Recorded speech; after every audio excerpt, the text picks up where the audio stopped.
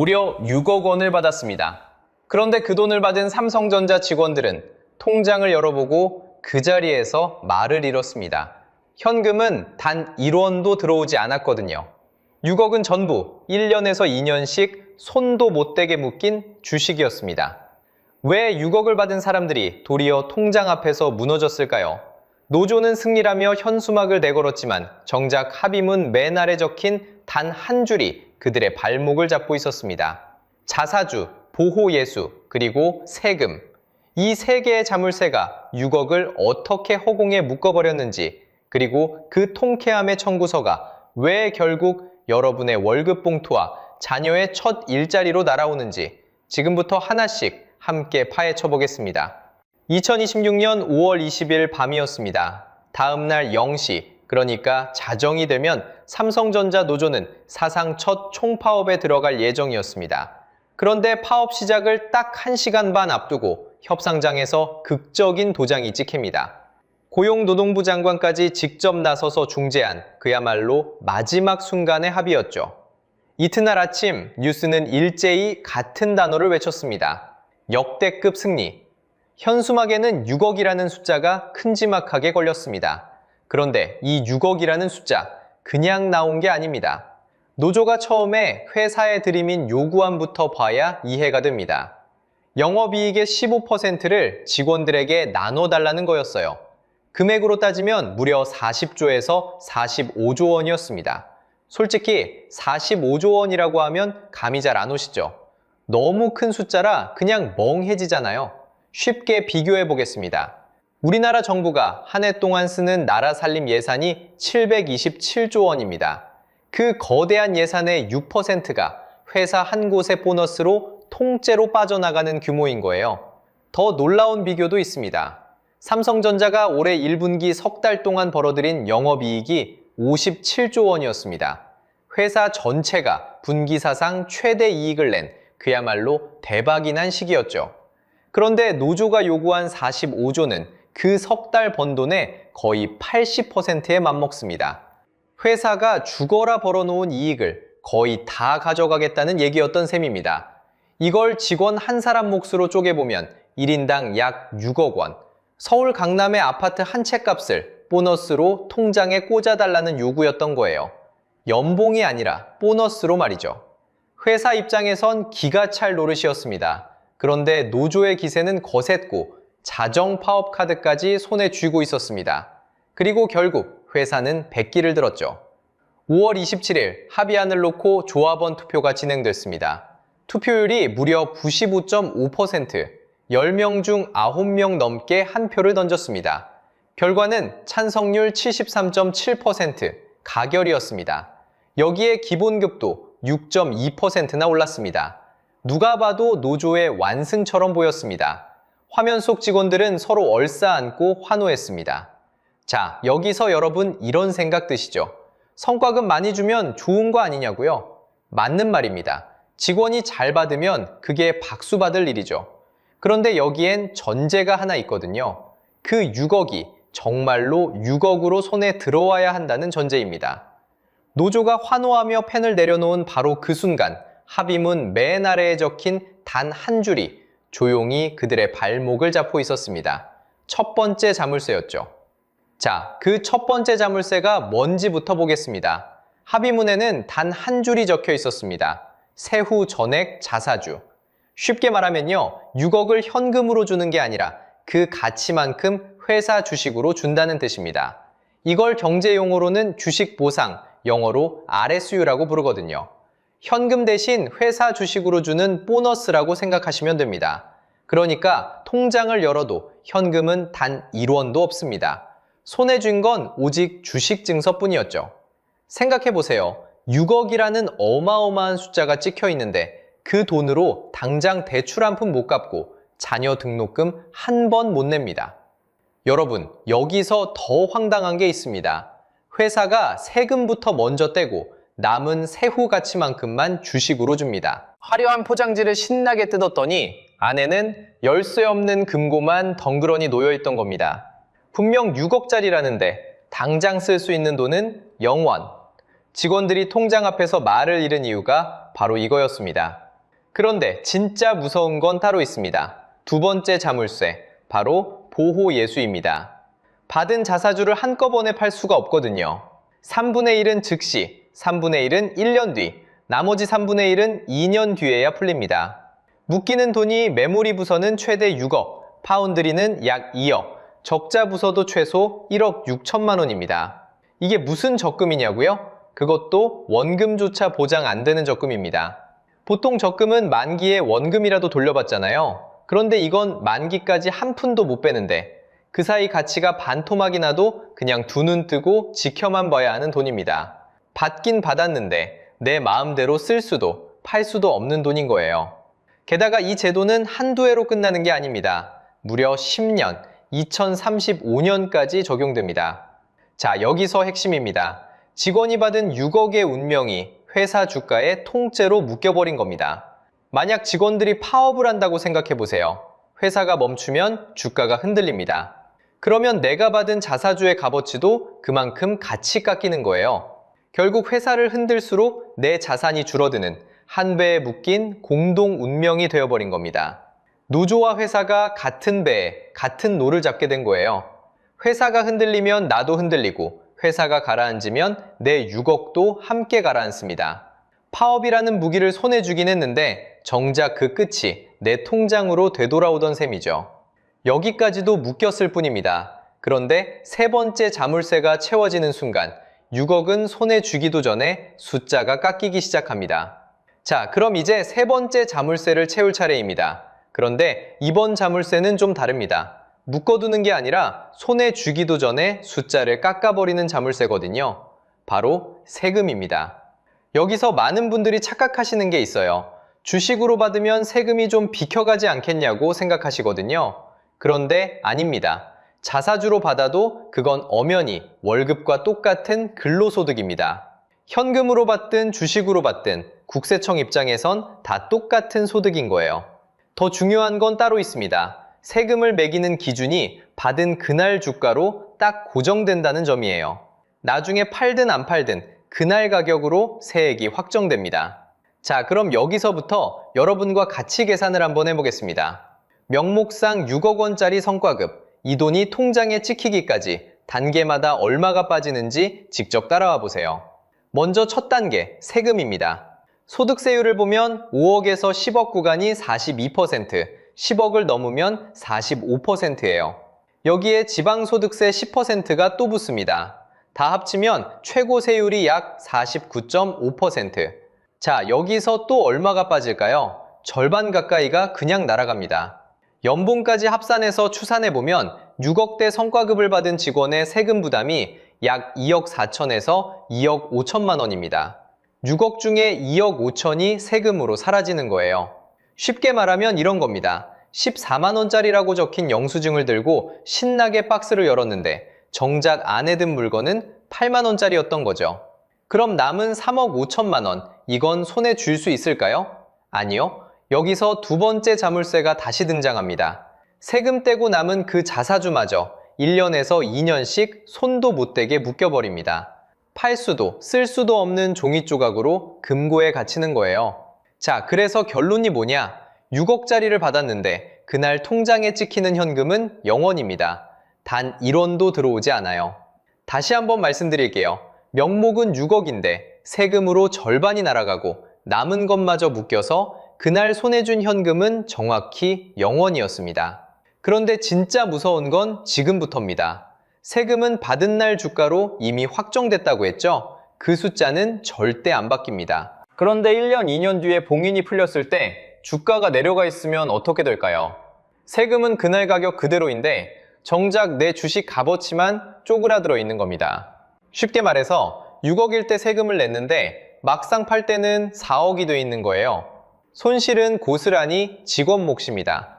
이걸 비대칭이라고 부르죠. 자, 여기서 이런 반론하시는 분 꼭 계십니다. 6억어치 주식을 받았으면 결국 갑부된 거 아니냐? 몰락은 무슨 몰락이냐고요? 맞습니다. 주가가 오르면 6억이 7억, 8억이 될 수도 있어요. 그 가능성 부정하지 않습니다. 그런데 핵심은 이겁니다. 오르면 직원이 가져가지만 내리면 그것도 직원이 떠왔습니다. 묶인 1, 2년 동안 원금을 지켜준다는 약속이 어디에도 없거든요. 회사는 세금을 먼저 떼서 주가가 높을 때 깔끔하게 정산을 끝냈습니다. 위험은 전부 직원에게 넘긴 채로요. 이게 6억 승리의 진짜 민낯입니다. 그런데 이 6억 모두가 똑같이 받은 게 아니었습니다. 바로 이 지점에서 노조는 안에서부터 갈라지기 시작합니다. 자, 여기서 핵심입니다. 같은 6억이 아니었어요. 반도체를 만드는 DS 부문, 그 중에서도 메모리 핵심 인력은 최대 6억을 받았습니다. 그런데 스마트폰과 가전을 만드는 DX 부문은 약 600만 원이었습니다. 6억 대 600만 원, 무려 100배 차이입니다. 한쪽은 강남 아파트 한 채 값을 받는데 다른 한쪽은 한 달 월급 남짓을 받은 겁니다. 왜 이렇게 벌어졌을까요? 재원을 나누는 비율 자체가 그렇게 짜여 있었거든요. 부문 몫이 40, 사업부 몫이 60이었어요. 돈을 가장 많이 번 반도체 쪽으로 보상이 쏠릴 수밖에 없는 구조였습니다. 같은 회사 사원증을 목에 걸고 같은 출근길을 걷는 사람들인데 말이죠. DX 직원들 입장에선 어땠을까요? 잔치상이 거하게 차려졌는데 고기 몇 점은 안방에서 자기들끼리 다 나눠 먹습니다. 정작 부엌에서 같이 불 앞에서 땀 흘린 사람한테는 국물 한 숟갈도 안 돌아오는 거예요. 박탈감이 안 들 수가 없습니다. 그러자 DX 직원들이 등을 돌리기 시작합니다. 한때 7만 6천 명이던 조합원이 5월 28일엔 약 6만 9천 명까지 빠졌어요. 7만 명 선이 무너지고 6천 명 가까이가 짐을 싸고 나간 겁니다. 그런데 노조한테는 절대 무너지면 안 되는 선이 하나 있습니다. 바로 과반, 직원 절반인 약 6만 4천 명 선입니다. 이 선이 깨지면 회사와 협상할 대표 자격, 그 의자 자체가 흔들립니다. 빠져나온 사람들은 어디로 갔을까요? 가만히 있질 않았습니다. 다른 노조로 우르르 갈아탔어요. 동행노조는 2,600명에서 약 1만 6천 명으로, 전국 삼성전자 노조는 약 2만 명까지 불어났습니다. 불과 며칠 사이에 벌어진 일입니다. 하나로 뭉쳐있던 힘이 6억이라는 돈 앞에서 여러 갈래로 갈갈이 쪼개진 거예요. 다급해진 집행부는 DS와 DX를 아예 분리해서 따로 협상하는 투트랙으로 갈아탔고, 집행부가 챙기던 직책수당도 총액 500만 원으로 묶어버렸습니다. 내부 불만을 잠재우려고 스스로 허리띠를 졸라맨 셈이죠. 여러분, 생각해보세요. 회사를 향해 들었던 파업이라는 무기가 어디로 향했습니까? 밖이 아니라 아니었습니다. 6억이라는 미끼 하나에 같은 동료끼리 갈라서고 그 무기가 결국 자기 노조를 무너뜨린 겁니다. 이게 바로 부메랑이고 자승자박이에요. 회사가 첫 회로 노조를 한 배에 묶었다면 진짜 한 방은 따로 준비되어 있었습니다. 그리고 사람들은 그 한 방을 오히려 통쾌하다며 박수쳤습니다. 그 박수가 신호탄이었는데도 말이죠. 여기까지 보면 속이 좀 시원하실 겁니다. 노조가 욕심부리다 제 발등을 찍었으니까요. 그래서 많은 분들이 이렇게 말합니다. 차라리 사람 다 빼고 로봇으로 바꿔라. 솔직히 그 마음 충분히 이해합니다. 매일 파업한다고 공장이 멈추면 누가 좋아하겠어요? 로봇은 파업도 안 하고 성과급 6억도 안 달라고 하니까요. 통쾌한 한방처럼 들립니다. 그런데 여기서 핵심입니다. 그 한방의 방아쇠를 사람들은 박수치며 직접 당겨주고 있었습니다. 삼성은 이미 2026년 3월에 공식 발표를 했습니다. 2030년까지 전 생산기지를 AI 자율공장으로 바꾸겠다고요. 쉽게 말하면요, 불을 꺼도 알아서 돌아가는 사람 없는 공장입니다. 파업으로 공장이 흔들릴수록 회사는 생각합니다. 사람이라는 변수를 빼버리면 어떨까? 결국 파업이라는 불씨가 무인화 버튼을 더 빨리 누르게 만든 셈입니다. 자, 여기서 무서운 부분이 나옵니다. 노조 자리가 비면 그 자리를 로봇이 채웁니다. 그럼 회전문이 한 칸 돌아가죠. 로봇이 들어오는 그 칸 반대편, 나가는 문에 적힌 이름이 뭘까요? 바로 신입사원 자리입니다. 이미 일하던 사람을 자르는 건 시끄럽고 돈도 많이 듭니다. 그래서 회사는 조용한 쪽을 택합니다. 새로 안 뽑는 거죠. 상식적으로 생각하면 이렇습니다. 로봇 한 대 값은 한 번 쓰는 비용이지만 신입 직원 연봉은 매년 나가는 돈입니다. 10년만 굴려도 어느 쪽이 쌀지 여러분이 한번 머릿속으로 계산해 보세요. 그러니 회사가 노린 진짜 표적은 지금 일하는 노조가 아니었습니다. 아직 들어오지도 못한 청년들, 바로 여러분 자녀의 첫 일자리입니다. 여러분 자녀, 혹시 올해 이력서 돌리고 있지 않나요? 그 아이가 두드리는 문이 지금 조용히 회전문으로 바뀌는 중입니다. 이게 삼성만의 이야기일까요? 숫자로 보면요, 노조 없는 SK하이닉스는 올해 1분기 영업이익률이 무려 72%였습니다. 100원 팔면 72원이 남았다는 뜻이에요. 회사 역사상 최고 기록입니다. 같은 기간 세계 1등 TSMC가 약 58%였으니 만년 추격자가 1등을 앞질러 버린 겁니다. 시장은 이걸 똑똑히 봤습니다. 사람이라는 변수가 적을수록 이익률이 높다는 신호로요. 로봇 경쟁은 삼성만 하는 것도 아닙니다. 현대차는 이미 2021년에 보스턴 다이내믹스라는 로봇 회사를 통째로 사들였습니다. 그 회사가 만든 휴머노이드 아틀라스는 올해 초 CES 무대에 올랐습니다. 이제 보이시나요? 사람을 변수로 보고 하나씩 빼내는 흐름이 한국 산업 전체에 깔리고 있습니다. 파업으로 자초했든 아니든 결과는 똑같습니다. 들어올 사람의 문부터 닫힙니다. 통쾌함은 잠깐입니다. 그 박수가 끝나고 회전문이 멈췄을 때 그 앞에 서 있는 건 일자리를 못 구한 우리 아이들이거든요. 그럼 이 청구서 정확히 누구에게 가장 먼저 날아올까요? 놀랍게도 이미 여러분 앞으로 와 있습니다. 자, 그럼 이 청구서가 진짜 내 일과 무슨 상관일까요? 첫 번째 청구서는 도미노입니다. 삼성이 영업이익의 몇 %씩 성과급으로 주기로 하자마자 옆 동네가 들썩였어요. 현대차는 작년 순이익의 30%, 기아는 영업이익의 30%를 요구하고 나섭니다. LG유플러스도 30%, 카카오는 13에서 15%, 삼성바이오는 20%, HD현대중공업도 영업이익 30%를 들고 나왔습니다. 옆집이 수익률 100% 났다는 소문이 돌면 온 동네가 거기로 몰빵하잖아요. 딱 그 모양입니다. 문제는 이게 한 해 보너스로 안 끝난다는 거예요. 한번 기준선이 되면 성과급이 매년 꼬박꼬박 나가야 하는 고정인건비로 굳어버립니다. 두 번째 청구서. 여러분은 삼성과 상관없다고 생각하시죠? 그런데 사실 여러분도 이미 삼성 주주입니다. 우리가 매달 떼이는 국민연금, 그 돈이 삼성전자 지분을 약 7에서 8%나 들고 있거든요. 삼성전자 소액 주주는 약 516만 명, 한 사람당 평균 4,200만 원어치를 쥐고 있습니다. 그러니 파업으로 주가가 흔들리면 그게 곧장 내 연금 통장과 내 계좌로 날아오는 겁니다. 여러분 국민연금 통장에도 삼성이라는 이름이 적혀 있어요. 거기 적힌 이름이 사실 여러분 이름이기도 합니다. 세 번째 청구서는 앞에서 봤던 내 자녀의 첫 일자리입니다. 그리고 네 번째, 판 자체가 바뀌었습니다. 2026년 3월 10일 노란봉투법이 시행됐거든요. 쉽게 말하면 파업을 해도 손해배상 부담을 크게 줄여준 법입니다. 파업의 문턱이 그만큼 낮아진 거예요. 실제로 5월 18일 수원지방법원은 위법 파업을 멈추라며 어기면 하루에 1억씩 물게 했습니다. 한쪽에선 법이 파업을 풀어주고 한쪽에선 법원이 제동을 거는 어수선한 환경이 된 겁니다. 자, 이제 정리해 보겠습니다. 성과급이 고정비로 굳고 무인화에 가속이 붙습니다. 이 둘이 동시에 굴러가면 어떻게 될까요? 다음 협상장에는 마주 앉을 사람 자체가 줄어듭니다. 그럼 답은 뭘까요? 첫째, 성과급을 손볼 때가 됐습니다. 이익이 날 때만 나누지 말고 손실이 날 때도 함께 나누는 대칭 구조로 다시 짜야 합니다. 둘째, 같은 회사 안에서 6억과 600만 원으로 갈라지는 원청과 하청의 격차를 좁혀야 합니다.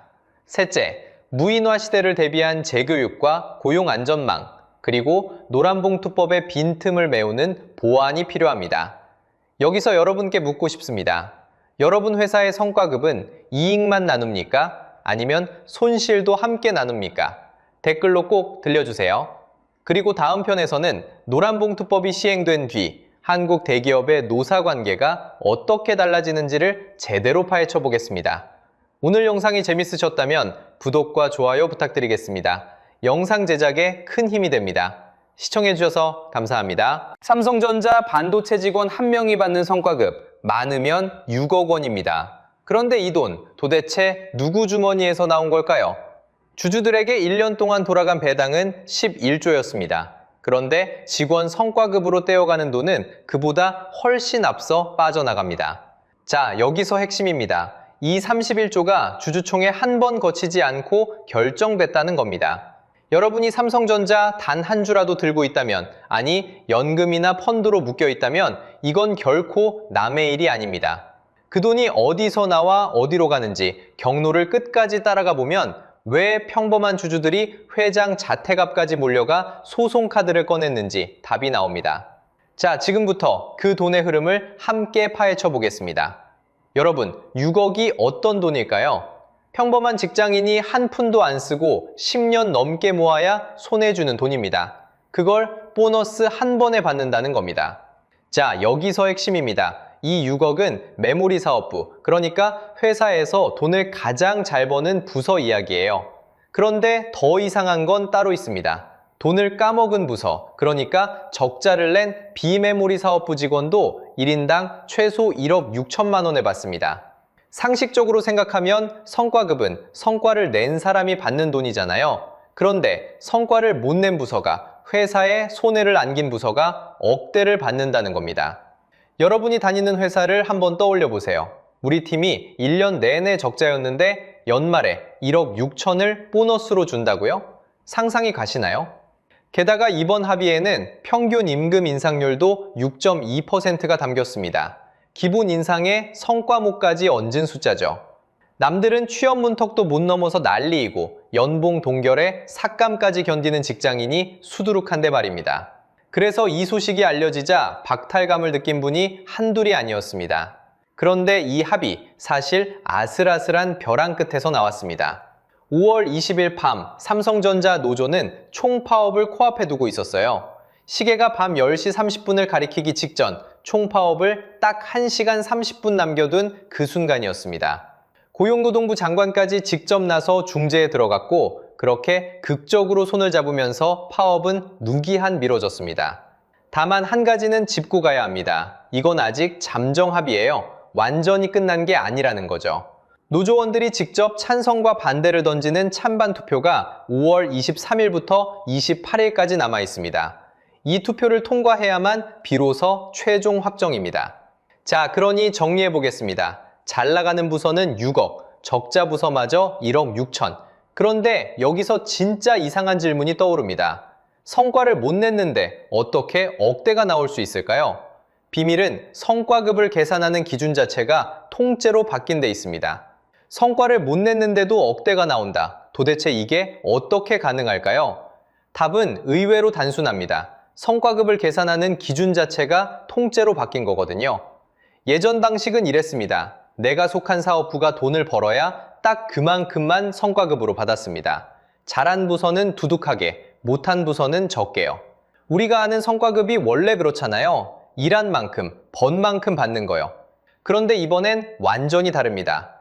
회사 전체가 번 영업이익을 미리 정해둔 비율로 뚝 떼어내서 임직원들이 나눠 갖기로 못 박아둔 겁니다. 숫자로 보면요, 이번 특별성과급의 재원은 반도체 부문 사업성과의 10.5%입니다. 여기에 원래 있던 성과급까지 합치면 세금을 떼기도 전인 영업이익의 약 12%에 달합니다. 참고로 노조가 처음 요구했던 건 15%였습니다. 쉽게 말하면요, 가게 매출의 10%는 무조건 직원들이 먼저 나눠 갖기로 정해둔 셈입니다. 가게가 흑자를 내든 적자를 보든 그건 상관없이 말이죠. 생각해보세요. 이 구조라면 돈을 까먹은 부서 직원도 억대를 손해줄 수 있습니다. 매 부서 실적이 아니라 회사 전체 이익이라는 큰 배에 다 같이 올라타는 방식이거든요. 경제 쪽에서는 이걸 영업이익 연동 자동 배분이라고 부릅니다. 한번 비율을 정해두면 개인이 잘했든 못했든 그 비율대로 돈이 자동으로 굴러간다는 뜻이에요. 떼어낸 재원은 다시 부문 전체의 40%, 각 사업부의 60%로 나뉩니다. 적용 대상인 반도체 임직원만 약 7만 8천 명, 웬만한 중소도시 인구가 통째로 들어가는 규모입니다. 여러분 회사를 한번 떠올려 보세요. 올해 월급 동결됐다는 소식, 요즘 참 흔하잖아요. 보너스는 회사 사정 봐가며 그때그때 결정되고요. 그런데 삼성 반도체는 회사가 번 돈의 일정 비율을 아예 직원 몫으로 미리 약속해버린 겁니다. 경기가 나빠도 설령 적자가 나도 그 비율은 그대로 살아남는 거죠. 이게 보통 직장인 입장에서 보면 얼마나 이례적인 일인지 감이 오실 겁니다. 그럼 그 유명한 31조라는 숫자는 어디서 나온 걸까요? 여기엔 함정이 하나 숨어 있습니다. 31조 5천억이라는 금액은 회사 영업이익이 300조까지 간다는 전망을 깔고 계산한 겁니다. 그런데 말이죠. 2025년에 삼성이 실제로 번 영업이익은 43조 6천억이었습니다. 전망과 현실 사이에 7, 8배나 차이가 나는 거예요. 그러니 31조는 이미 확정된 돈이 아닙니다. 모든 게 잘 풀렸을 때나 나오는 가장 좋은 시나리오일 뿐이죠. 이 숫자 하나에 너무 놀랄 필요는 없다는 얘기입니다. 게다가 이 약속은 한 해로 끝나는 게 아닙니다. 무려 10년을 굴러가는 제도거든요. 한번 정해진 이 비율이 앞으로 10년간 회사 살림에 그대로 박혀 있다는 뜻입니다. 좋은 애든 나쁜 애든 직원 몫부터 비율로 챙겨가는 약속이 10년치 깔린 셈이죠. 그런데 여기서 슬슬 이상한 느낌이 들지 않으세요? 회사가 번 돈에서 누군가의 몫을 먼저 정해두고 떼어간다는 거잖아요. 회사 돈을 미리 정해놓고 떼어가는 거라면 그 돈은 원래 누구한테 갈 돈이었을까요? 자, 바로 그 지점입니다. 그럼 이 돈은 도대체 누구 주머니에서 나오는 걸까요?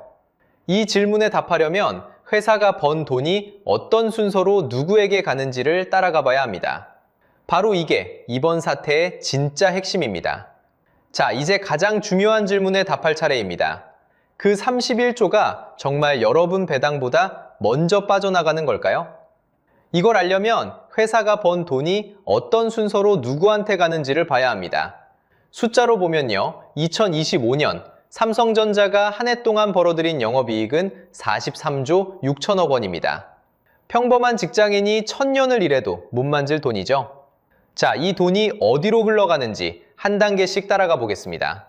가장 먼저 영업이익이라는 큰 항아리에서 직원 성과급 재원이 빠져나갑니다. 성과급은 세금을 떼기 전 영업이익 단계에서 비율로 먼저 떼어집니다. 특별 성과급에 기존 성과급을 합치면 세전 영업이익의 약 12%죠. 쉽게 말하면요, 회사가 번 돈에서 가장 먼저 손대는 게 직원 몫이라는 겁니다. 그 다음 순서가 세금입니다. 나라에 낼 법인세를 떼고 나면 그제야 당기순이익, 즉 진짜 회사에 남은 순이익이 계산됩니다. 그리고 바로 이 마지막 순이익에서 맨 끝에야 주주 배당이 나갑니다. 2025년 주주들에게 돌아간 배당은 모두 11조 원이었습니다. 정규 배당 구조 8천억에 5년 만에 특별 배당 1조 3천억을 더한 금액이죠. 주당으로 따지면 1년에 1,668원, 커피 한 잔 값이 안 듭니다. 자, 이제 순서가 보이시죠? 직원 성과급은 맨 앞에서 비율로 못 박혀 빠지고 주주 배당은 세금까지 다 치른 맨 끝에 남는 걸 봤습니다. 결국 주주는 맨 마지막 순번입니다. 이걸 경제학에서는 주주 잔여 청구권이라고 부릅니다.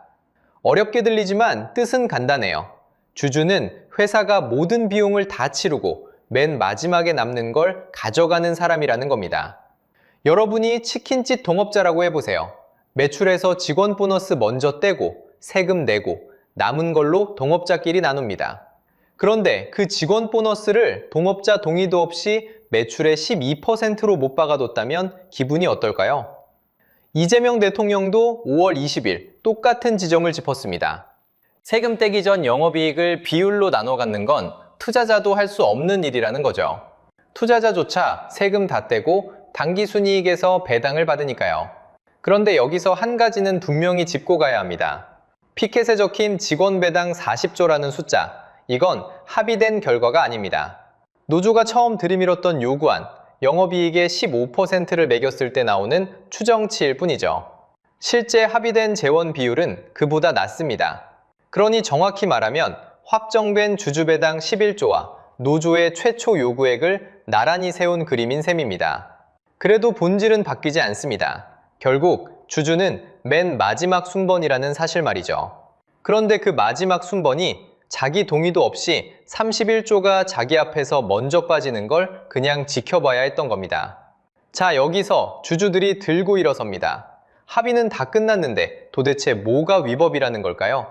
5월 21일 아침이었습니다. 서울 한남동 이재용 회장 자택 일대로 사람들이 모여들었어요. 대한민국 주주운동본부, 대표는 민경권 씨입니다. 어디 큰 기관이 아니라 평범한 소액주주들이 모인 단체예요. 이들의 주장은 딱 한 문장으로 요약됩니다. 세금 떼기도 전인 영업이익을 비율로 떼어내 쌓아두는 건 주주 재산권에 직결되는 일이라는 거죠. 그렇다면 회사가 마음대로 정할 수 없습니다. 상법상 주주총회 결의를 반드시 거쳐야 하는데 그 절차를 통째로 건너뛰었으니 법률상 무효라는 겁니다. 쉽게 말하면요, 아파트에서 큰 돈을 쓰려면 입주자 대표회의를 열어야 하잖아요. 그런데 관리소장이 그걸 건너뛰고 혼자 수십억을 결정해버렸다면 어떨까요? 입주민들은 당연히 그 결정 무효라고 따질 수 있겠죠. 주주총회 결의라는 게 바로 그 입주자 대표회의 같은 절차입니다. 주인들에게 먼저 물어보라는 거예요. 동업으로 바꿔봐도 똑같습니다. 가게를 같이 차린 동업자가 내 동의도 없이 매출의 12%를 직원 보너스로 못 박았다면요. 그것도 10년 동안요. 당연히 따지고 들겠죠. 그런데 주주들이 분노하는 진짜 이유는 따로 있습니다. 경영진은 원래 누구 편을 들어야 할까요? 회사 주인인 주주 편이어야 합니다. 그런데 이번엔 주주가 아니라 직원 쪽 손을 들어줬다는 거예요. 경제학에서는 이걸 대리인 문제라고 부릅니다. 내 재산을 맡긴 대리인이 정작 내 이익이 아니라 다른 쪽 이익을 챙길 때 생기는 갈등이죠. 그래서 주주들은 한 발 더 나가 이게 배임이라고까지 말합니다. 배임이 뭐냐면요, 내 편을 들어야 할 사람이 남의 손을 들어주는 겁니다.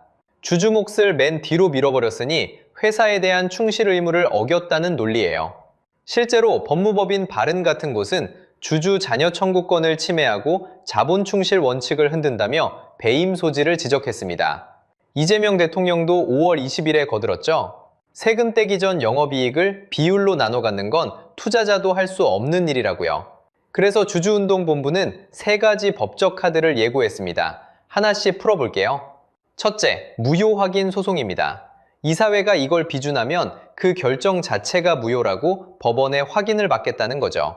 둘째, 위법행위 유지 청구 가처분입니다. 돈이 실제로 빠져나가기 전에 일단 멈춰달라고 법원에 급하게 제동을 거는 조치예요. 셋째, 손해배상 대표 소송입니다. 찬성한 이사들에게 회사가 입은 손해를 직접 물어내라고 주주가 회사를 대신해서 거는 소송이죠. 자, 그런데 여기서 핵심입니다. 이게 정말 무효로 확정될까요?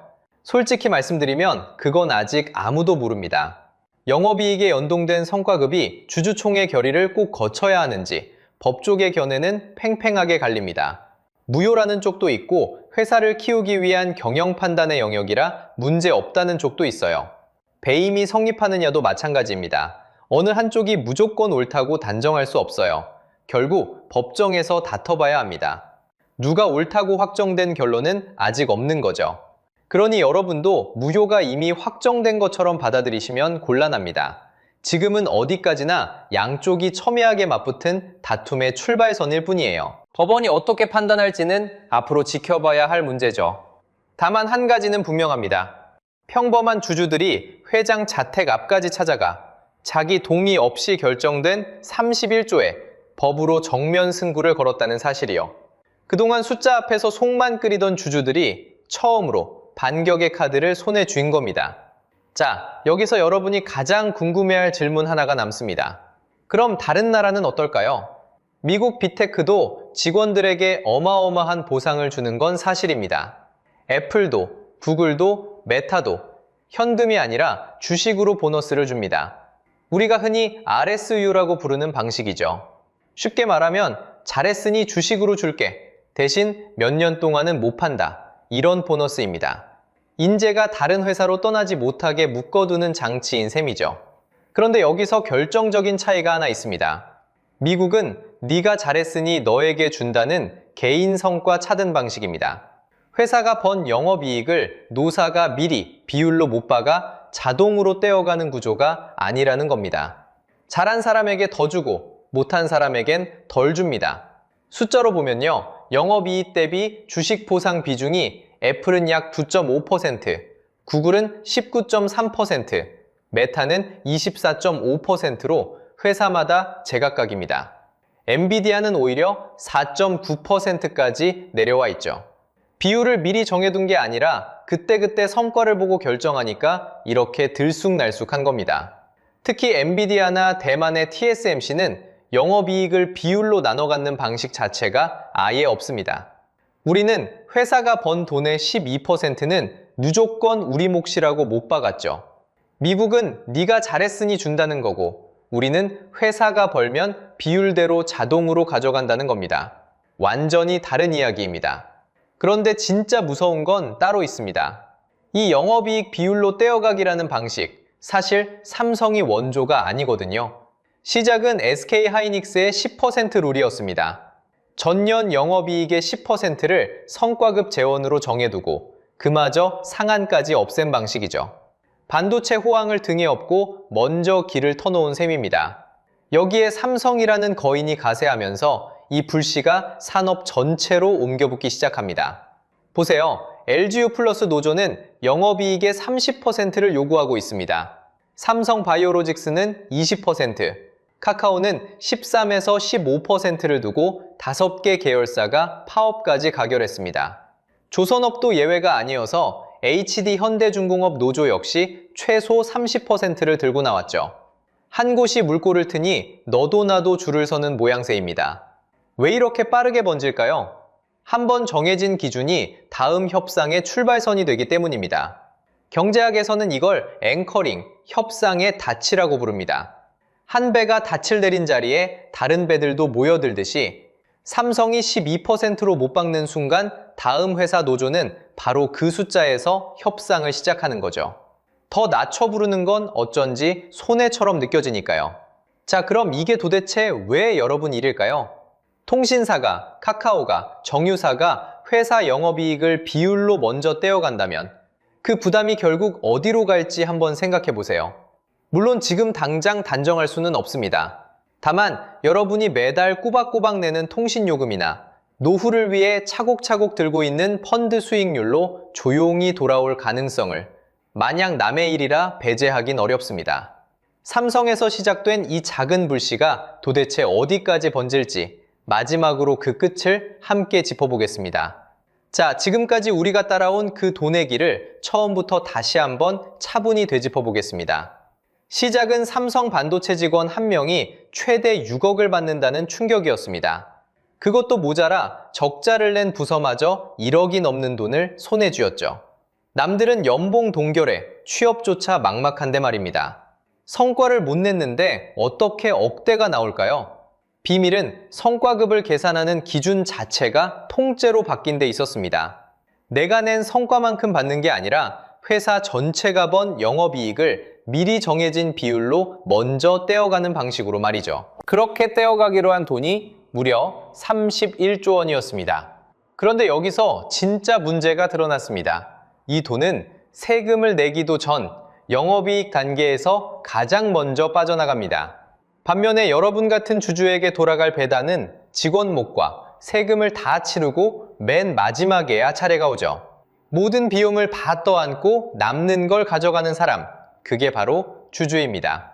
결국 주주는 자기 동의도 없이 31조가 먼저 빠지는 걸 그저 지켜봐야 했던 겁니다. 그래서 주주들이 회장 자택 앞 거리로 나섰습니다. 이렇게 큰 돈을 떼어가면서 정작 주주총회 한 번 거치지 않았으니 이건 법적으로 무효라는 거죠. 그리고 이 불씨는 지금 삼성 한 곳에 머물지 않고 카카오로, 현대로 빠르게 번지고 있습니다. 그렇다면 앞으로는 어떻게 될까요? 먼저 분명히 해둘 게 있습니다. 이 모든 건 아직 확정된 게 아닙니다. 노조의 찬반 투표가 5월 23일부터 28일까지 진행됩니다. 이 투표가 가결되고 이사회 비준까지 거쳐야 비로소 합의가 최종 확정되는 거죠. 그 결과에 따라 주주들이 예고한 무효소송과 가처분 같은 법적 다툼이 실제로 불붙을지가 갈립니다. 다만 이 영업이익 연동 성과급이 정말 주총결의를 거쳐야 하는지는 법조계 안에서도 견해가 갈리는 미확정 쟁점이라는 점은 짚어둬야겠습니다. 게다가 이 모든 약속의 전제는 영업이익 300조라는 장밋빛 전망입니다. 하지만 2025년 삼성전자의 실제 영업이익은 43조 6천억에 그쳤습니다. 약속한 숫자와 현실 사이의 간격이 그만큼 크다는 뜻이죠. 만약 300조라는 전망이 끝내 빗나가면 직원들에게 약속한 그 성과급마저 함께 흔들리게 됩니다. 결국 직원도 주주도 어느 쪽도 마음 놓을 수 없는 불안한 구조인 셈이죠. 그럼 도대체 무엇이 바뀌어야 할까요? 해법은 의외로 어렵지 않습니다. 첫째, 영업이익에 연동된 성과급은 반드시 주주총회 승인을 거치도록 그 절차를 법으로 못 박는 겁니다. 둘째, 직원 보상과 주주 배당 사이에 누가 얼마를 먼저 가져갈지 우선순위와 총량의 기준선을 분명히 세우는 거죠. 셋째, 회사 전체 이익을 통째로 비율로 나누는 방식 대신 개인이 낸 성과만큼만 차등해서 주는 해외식 설계로 바꾸는 방법도 있습니다. 이건 결코 삼성 직원들만의 이야기가 아닙니다. 이 방식이 다른 회사로 번질수록 여러분의 통신요금에도 또 연금과 펀드 수익에도 고스란히 영향을 미치게 되니까요. 한 회사의 협상 테이블에서 시작된 일이 어느새 우리 모두의 지갑 문제가 되는 셈입니다. 자, 이제 여러분께 묻고 싶습니다. 회사가 힘들게 번 돈, 직원 성과급이 먼저일까요? 아니면 주주 배당이 먼저일까요? 여러분 생각을 댓글로 꼭 들려주세요. 그리고 다음 영상에서는 삼성에서 시작된 이 영업이익 비율 성과급의 불씨가 카카오와 HD현대로 어디까지 번지고 있는지 그 다음 타자를 끝까지 추적해 보겠습니다. 오늘 영상이 유익하고 재밌으셨다면 구독과 좋아요 부탁드리겠습니다. 시청해 주셔서 감사합니다.